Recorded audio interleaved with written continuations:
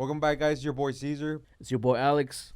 Back at again with another video, guys. We're gonna react today to something that kind of like took me out of, kind of by surprise.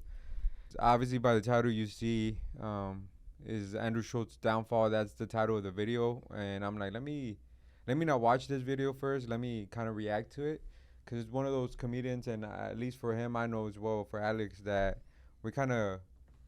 We fuck with them heavy. We fuck with him heavy, and we saw the rise of him, obviously, through COVID. And even before COVID, I already was watching Brilliant Andrew Idiots videos. and Guy Code and all everything. All that, you know. And for the real ones that know Andrew Schulz from Guy Code, then they know he's been funny for the longest. It's just that his rise was at a perfect moment, and it was kind of like at that.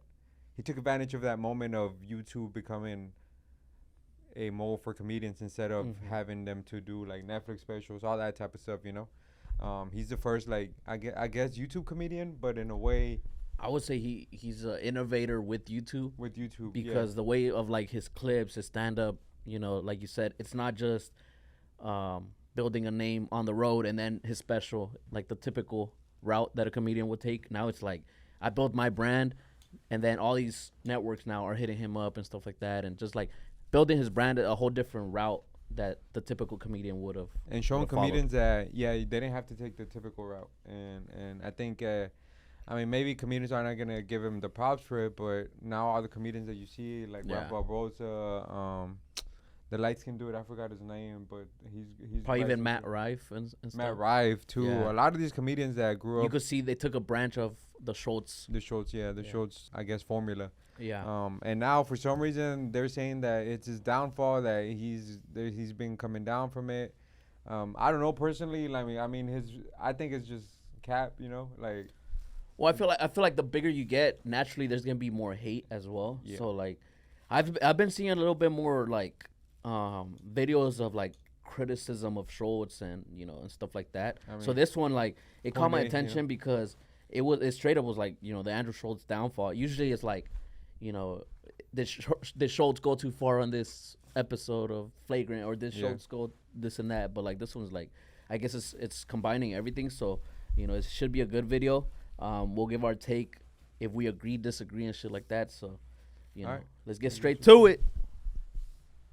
I've seen it happen to my friends. Maybe there's some comics that are getting like too famous off YouTube or something too quick, and that starts to happen. God, he's got a case of the yes. Everyone around's like, yeah.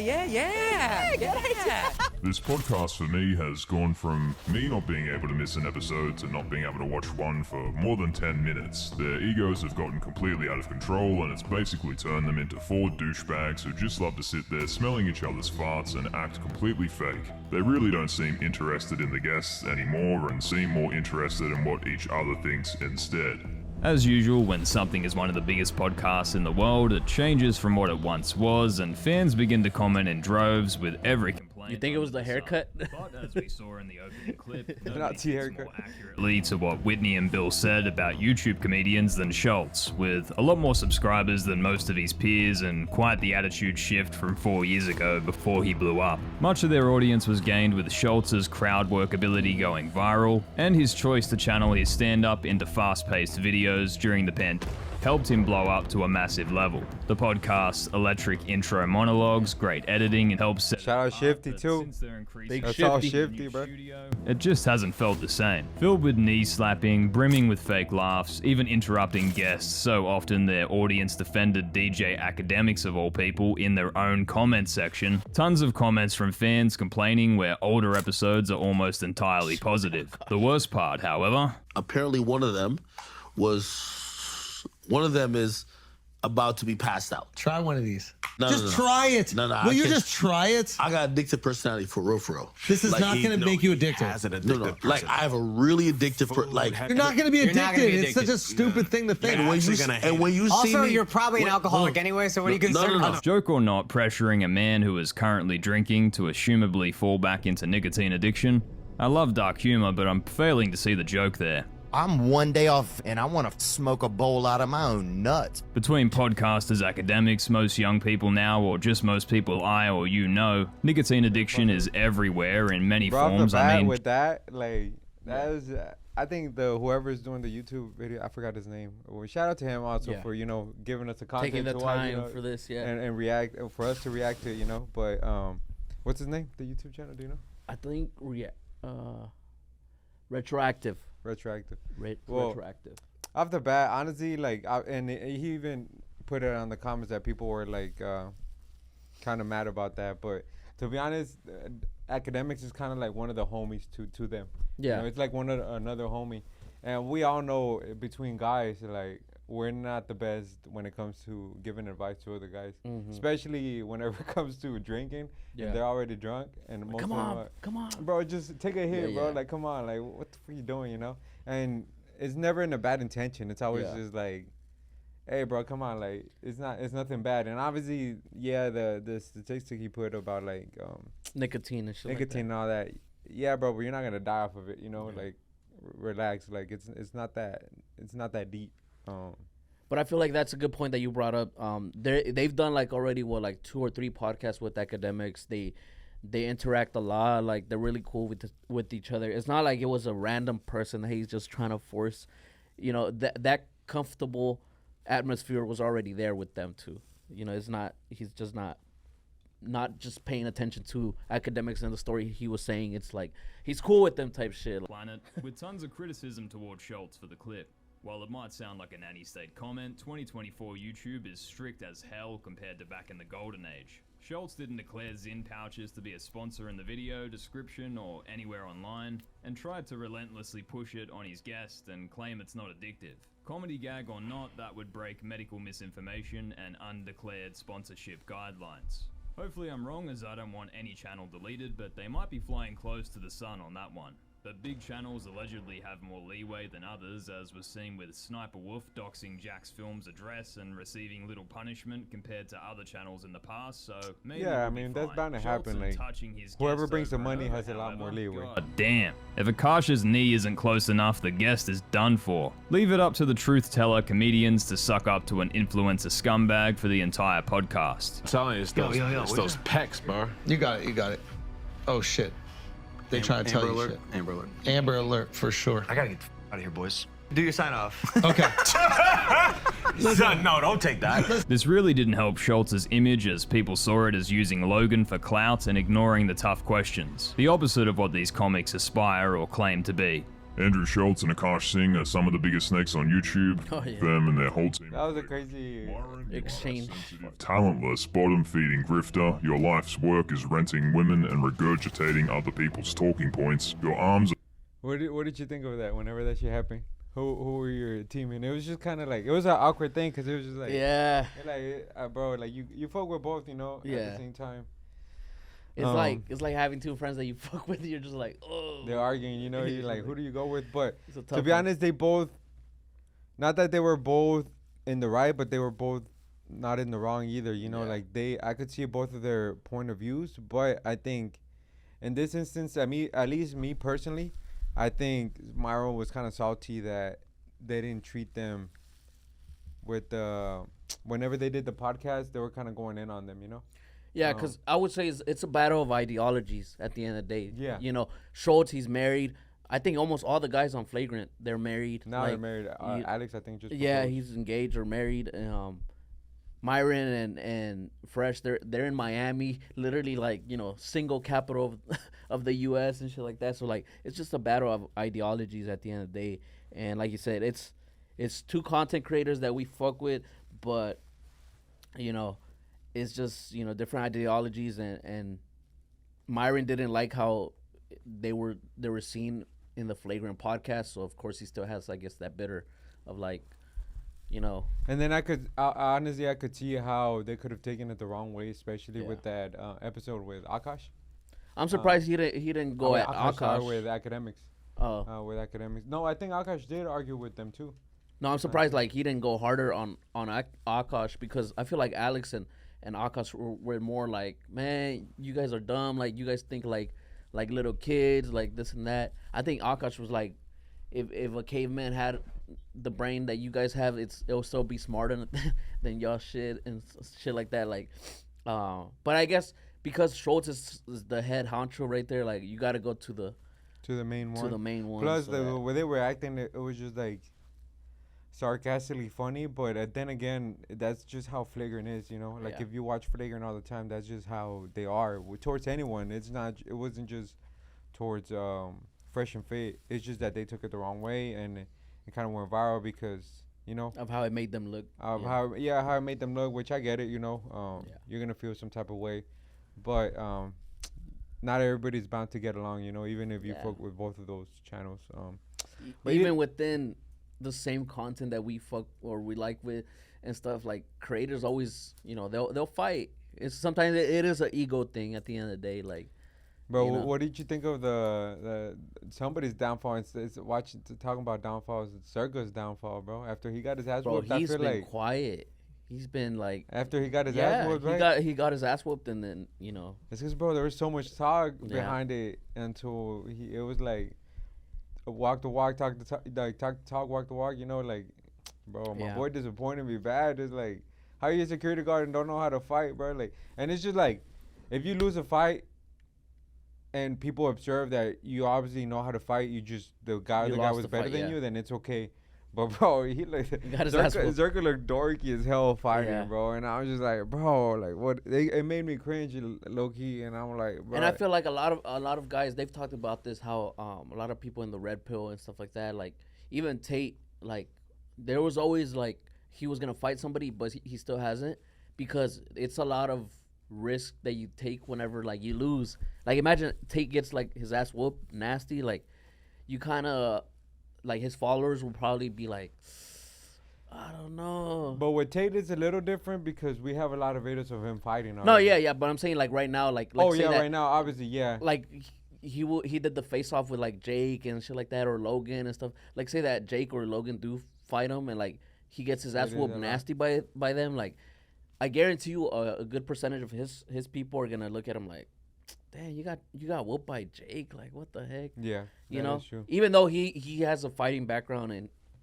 now I feel like there's more for him to risk than to gain if he does fight one of those people. That is true. Plus, he has way less advantage because obviously he's a lot older. He's already 39, 40. And they'll use that against him, like, bro, you were a fighter. I was an influencer, and I still whoop your ass. You know, it's so much to lose than there's a lot to it when it comes to fighting. There's a lot to it. Age, I mean, shit, like weight class, age, speed, power, like. Yeah, and I mean, like if I'm pretty sure Andrew Tate was younger and they would have offered him that fight, then I'm pretty sure he would have taken it. You know, but there's a lot to lose of getting knocked out. Yeah. But or somebody like Myron. Let's say Myron gets whooped, like, bro, I guarantee you his audience, a lot of people from his audience, they're gonna be like, dang, this is the guy I'm gonna follow as the man, you know, content and stuff like that. Like it does take I feel like that's why boxers don't take so many like losses, in the sense that they don't want to take the risk, you know, like it's a whole image thing. That's why I'm appreciative of Canelo, because he's one of those guys that he's taking the battles that whatever they offer. And the losses he's had is like, bro, it was major. Like Mayweather, you could argue probably the best ever, tied with or a draw with Triple G. Bivol, like weight classes 175, probably the top at 175. So it's not like he lost to bums and shit like that. Yeah, and yeah, man, Zerko downfall has been real. You know, nasty, he's gonna come back, I know. Yeah. But I think his movement is not gonna be as big, and he fucked up in that. You know, not even he fucked up. It's just like, bro, you didn't I guess back up what you were talking. You know. Yeah. I mean, didn't Patrick Bet David, he like release a book about choose your enemies wisely and stuff like that? Like, bro, you got to be smart with who you choose, because you might underestimate a certain person. Next thing you know, you're in the backseat of the movement that you were leading. So, you know, you got to be smart with it. But yeah, let's keep watching it, man. Are not developed enough for the shirts you wear, and your co-host is pimping you. Merry Xmas. Myron does have a point that pretty much every podcast comedian would have had a much longer road to success without being a friend of Joe Rogan's. Myron is still trying to fight Schulz, Penguin Zero, and ABBA over words and hurt feelings. Very alpha, of course. Akash dissed Fresh and Fit to their face for being less evolved than the average man, and they did nothing. See them evolutionary charts from Neanderthal to Homo sapien. That's why y'all I are the didn't That's what I didn't hate on Flagrant because if they wouldn't have said this to their face, yeah, and I would have been like, yeah, maybe it's kind of fake because they didn't. But they were like this. They had the same. Even more. Yeah, even more. They had the same attitude. They had the same. They stood on business. You know how they say it right now. They same energy, face to face. Yeah, same energy. That's what I'm trying to say. Yeah, same energy, face to face. So that's something that is just like you respect that at the end of the day. You know, you're not gonna. Even if you may disagree with their point of view, at least they're not being fake about it. They're being straight to their face. They told them what their opinions was, and because they have different opinions, and you get both of their point of views because Fresh and Fit, all of them are single. Flagrant 2, all of them are in a relationship, and they see life different. They see life different, and it's bound to happen. You're gonna see life different. So I mean, I get both their point of view. Yeah, so like you said, as an audience, you know, us. We woulda seen through the fake if they would have been super nice to him, and then at the end of the podcast, you know, like that, man, fuck this is that. Like, bro, we would have seen right through it. Like that would have made me not watch Flagrant 2 if they would have been nice to them in this episode. Yeah. Even though I had previously talked about them, because I think they previously talked about them. That's what made them come to the episode.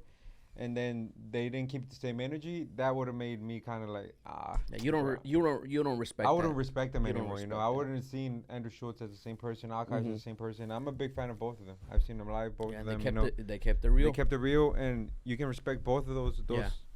All of them, like Myra and Akash, Andrew. First motherfucker out of Neanderthal. But grow with your audience, mature with your audience as you work on yourself. And Akash is someone who cries when one member of the audience doesn't laugh at his jokes, so... Did that guy suck for all of you? Guys sitting here picking his calluses on his hand for 10 minutes, just go. Who gives a And then I just lost it. I was like, with all my jokes, this guy. Those two even ending up on Flagrant at all is exactly why older fans don't enjoy the show as much. It's more of a product of a great marketing team than raw comedy talk like previously. There's a major focus on landing the most viral guest, and whoever they hired in the last 2 years or so for marketing has definitely helped push it to major audiences, with a complete overhaul of thumbnail approach, titles, tons of sponsors. But that's bound to happen, bro. I mean, like, we do that right now with our podcast. I was about to say, do you think it's we're getting lost in the algorithm of YouTube in the sense of like, have you ever seen like how everybody always just copies Mr. Beast's thumbnails or like whoever is popping? But if the formula is working, there's a point where you gotta follow, especially as a business. When you see it as a business side, at that point, whenever they were doing it, the formula hadn't been found yet. If that makes sense. Like, Mr. Beast wasn't as big when Flagrant started as well. There wasn't that formula for that thumbnail to attract people. So if that formula wasn't found yet, then obviously it's gonna look different. The videos that Flagrant was posting 4 years ago, they were just doing on their own. They were just doing it on their own. They didn't have somebody who was an expert in that department. And again, I think most of it is Shifty doing this. When they hired Shifty, they became this type of more cinematic, more and also trying to reach different audiences, which it helps them because that's how they grow so much because of these thumbnails, because they put a certain thumbnail where it's gonna attract viewers that are not subscribed to that channel, which I mean, every channel does it, bro. You know, like, and there's nothing wrong with it because you're trying to get more people to watch your shit. Yeah, it's just like it's bound to happen that you have to do it. That's why I'm like, bro, the YouTube channel low-key, the one that did the video is low-key hating. But, I mean, I respect it, but, I mean, he's low-key is hating, bro, because, like, the channel, the one who's uploading this one? Whoever's talking, the narrator, or they're low-key hating because, I mean, it has to. And he said a part where, like, they choose specific guests to become popular.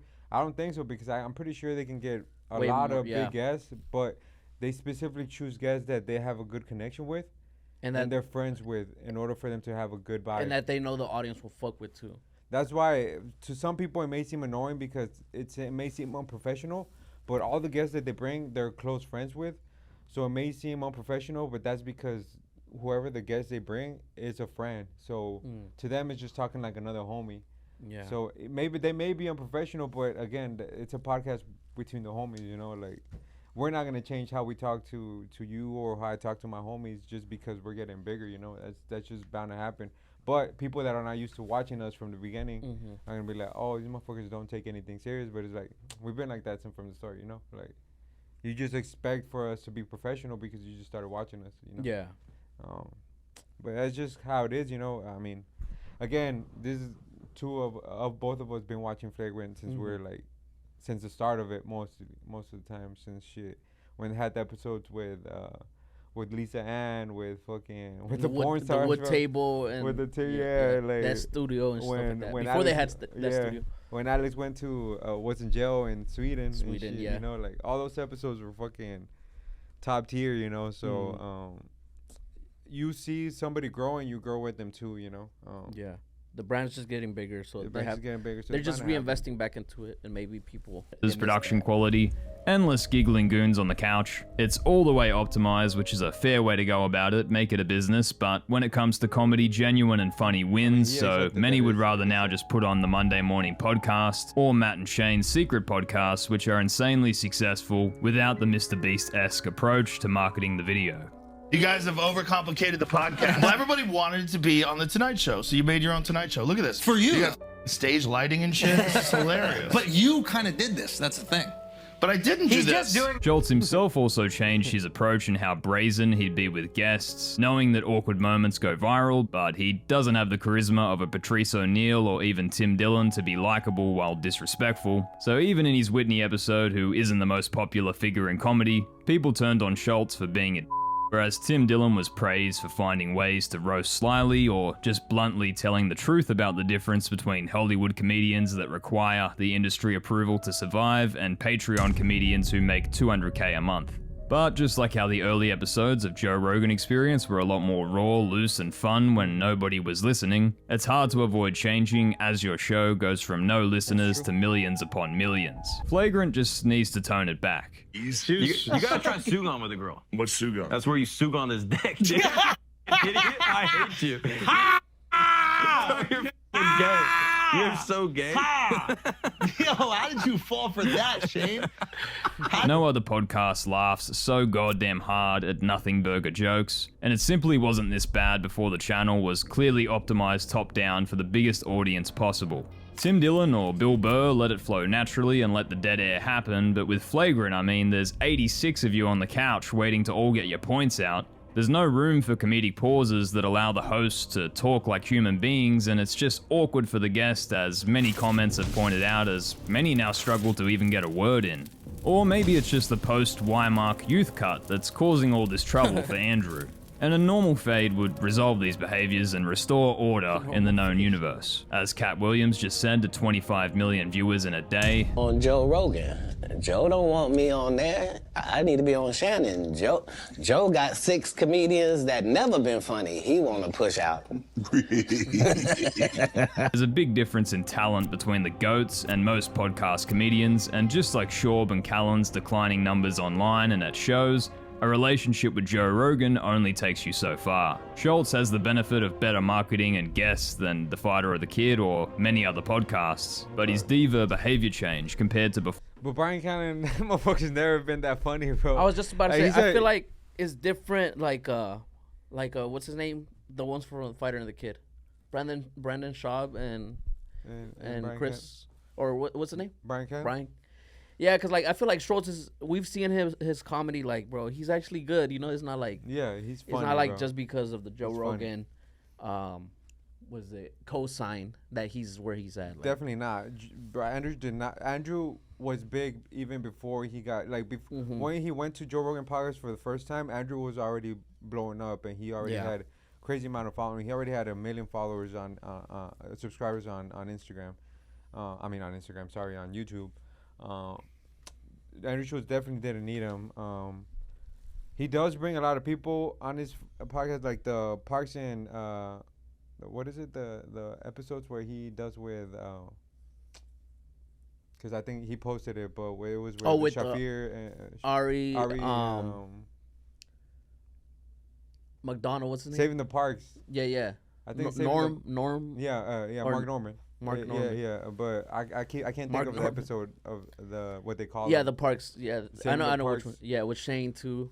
Yeah, bro, those are all funny ass comedians. If you watch those episodes, like those are funny ass episodes because they all have different tastes of comedy that it makes the episodes funny. So like, yeah, Joe Rogan, bro, to each his own. You know, everybody has their own taste. So like, yeah, Cat Williams had a lot of good points in that episode, but again, it's just that everybody has their own taste. You know, like whatever you fuck with, you fuck with.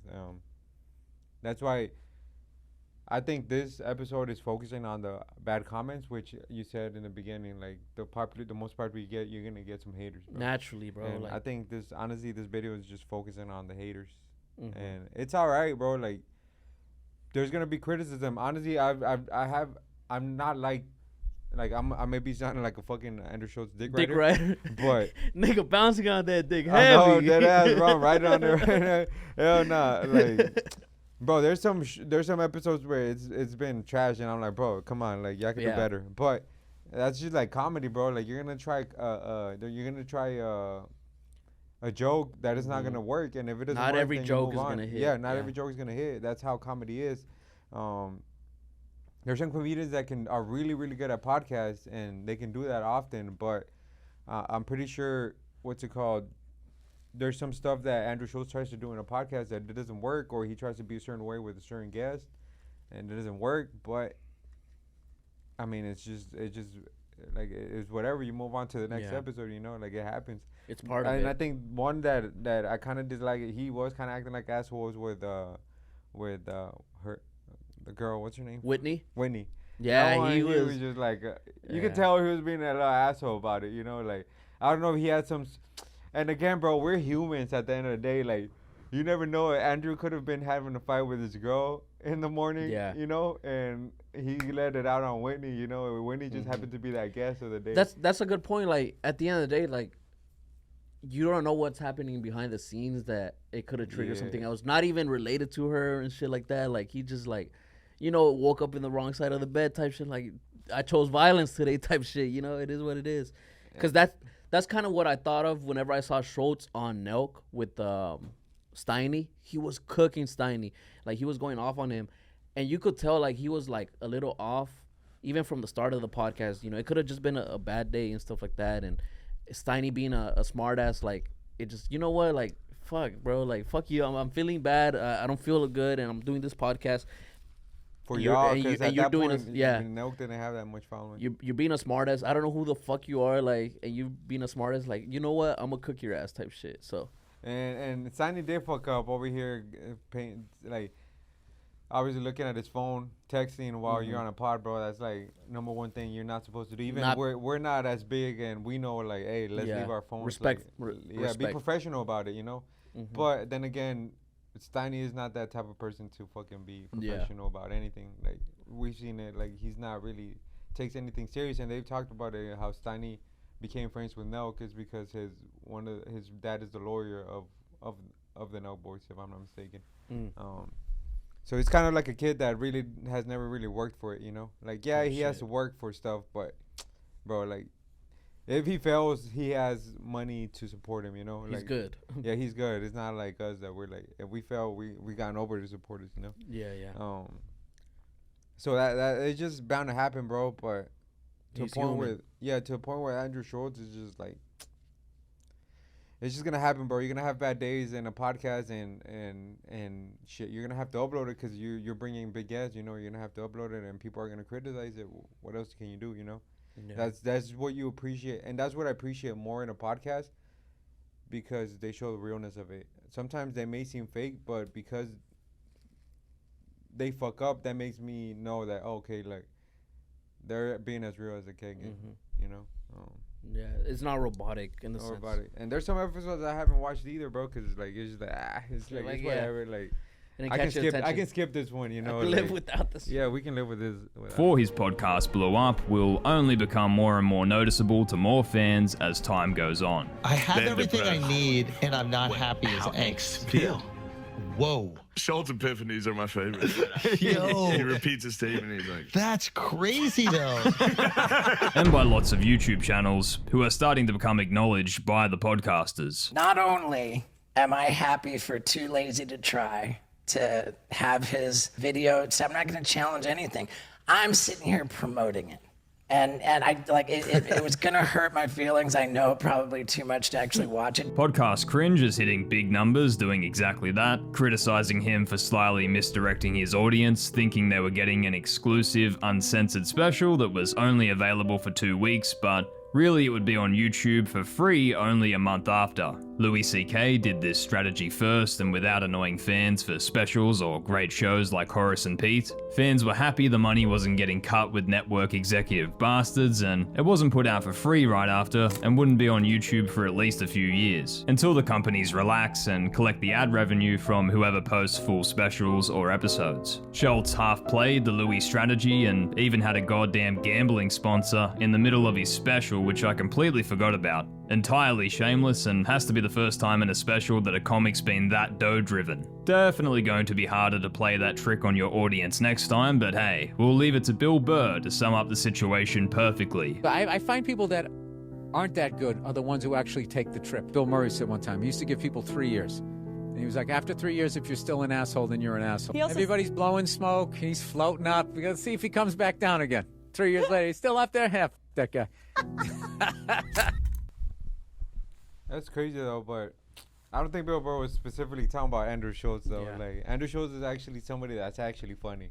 Like he's actually, and bro, hey, when there's bad comedians, trust me, we will criticize them off the bat. Like there's some comedians that are not funny whatsoever, and to each his own, you know. But Andrew doing the advertising in the middle of the that, I mean, he has to get his money some way, bro. Like he doesn't have the Netflix special. He doesn't have the Amazon special. I mean, to a certain point, we can't hate on him for doing an advertisement in a YouTube because he's posting our YouTube when we, as an audience, request to not be censored, especially by these big companies that try to censor some of his jokes because they're kind of controversial. They're those jokes that are gonna cause controversy, where they're gonna possibly get rid of sponsors, and that's why some companies kind of wanted to have Andrew Schulz cut a lot of his jokes from his special. Do you think it was legit? What? Like, for sure that he bought the special back and it wasn't a marketing thing? It could have been, but especially when big guests are asking him about it and he's like not saying anything about it, it means, to me, it makes it seem real. I know for a fact, well, not know for a fact, but yeah, I'm pretty sure. Well, they haven't mentioned it, but they did an investigation, a video kind of like this, where it was Amazon, the one who wanted him to cut down. Because I'm like, damn, that's a good play on some like you know, everybody's against me type shit. So like naturally for us, we're gonna be like, you know what, fuck it, let's support. Because remember, everybody kept saying, even the guests that will come up to his episode and then they talk about it, they would say, yeah, like I know Netflix tried to cut it, and he's like, Netflix? Who said anything about Netflix? It wasn't Netflix. It was Amazon. So it wasn't Netflix. I could see that Amazon be on some shit, bro. Like even Twitch, like they're so restrictive. They'll ban you so quick. So like, I could easily see Amazon being with like, all right, this joke, nah, cut that out, or like, you know, fix this joke and stuff like that. So I think somebody who had the knowledge to do the research and actually did good research, I'm not gonna remember the video, but I know I saw it, and he showed the proof of, like, not the proof, obviously you can't have the actual proof, but he showed the kind of like the hints that it was Amazon, the one he bought it off of, which is smart. But then again, like I said, we can't hate on a dude for putting advertising in their special when that's the only way they're gonna make money, you know, to make money back. Maybe it is money driven, but then again, like, that's how you evolve. That's how you make better content. That's how they got the studio. I mean, shit, it's money, bro. Like, we know a fact, building a studio is just money, investment you got to make. And shit, who doesn't love money, bro? And at the end of the day, Andrew's still funny. We've seen his specials already, so it's just like, we know he's funny, so that's why it's just like, yeah, he would not stay on top or not even like get to this point after all these years if he wasn't. That's the thing I see, because like he said, like after 3 years they come down and get humbled and stuff like that. But like with Andrew, you've seen, like you said, the growth slowly every year, And you know, maybe now he's gotten to the point that he's like, you know, with the Rogans, with the, you know, now with Theo's on that level too, you know, and stuff like that. So like, it's so easy to just be like, you know what, this motherfucker came up with Rogan and Charlemagne, like the only reason he's this and that. But like you said, if you know about Schulz, like, bro, he's been grinding for years. Like, he's been doing this, you know, year after year. It's not like he's freaking 1 year he's already up. It took time. It took a lot of time for him to get to this point. I mean, you know, it's even like you see how good he had great ideas, where even Kevin Hart had to retract on one of his projects because he tried to steal Andrew's idea that he already had, which was comedians talking about jokes. What was the name of it? Because he even discontinued it, but I mean, he'd probably come back with it sooner or later. So Kevin Hart took his. The one where he would talk with other comedians, with 4 other comedians, or however many comedians. Yeah. He would just be eating with them and talk about jokes that wouldn't work, and then they could kind of rewrite between all of them that were there. Shit. Do you remember what was no, that? I don't remember that. That's cool. It was jokes with comedians. Can you look it up? Yeah, you could. And this was 2 years ago, so Andrew already had this. We should watch it. It's so stupid, it's positively brilliant.